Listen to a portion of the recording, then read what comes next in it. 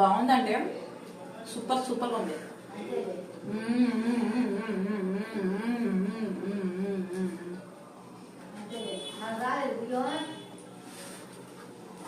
ఇంత కమ్మగా ఉంది తెలుసా? ట్రై చేస్తారా? ఇందుకే ఏంటి అనుకుంటున్నారా?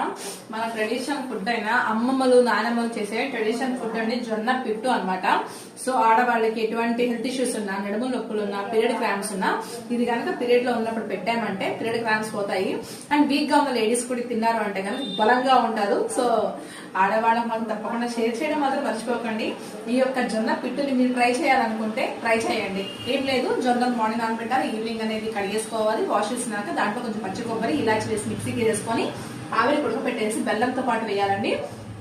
మిక్సీకి వేసేసుకొని పక్కన పెట్టేసేయండి. తర్వాత నెయ్యి పోసుకొని స్పూన్ తో తింటూ ఉంటే సూపర్ ఉంటది. నచ్చిందా? లైక్ చేయండి, షేర్ చేయండి, కామెంట్ చేయండి. మన హిందూ ట్రెడిషనల్ ఫుడ్స్ మాత్రం ఆర్డర్ చేయడం మర్చిపోకండి. బాయ్.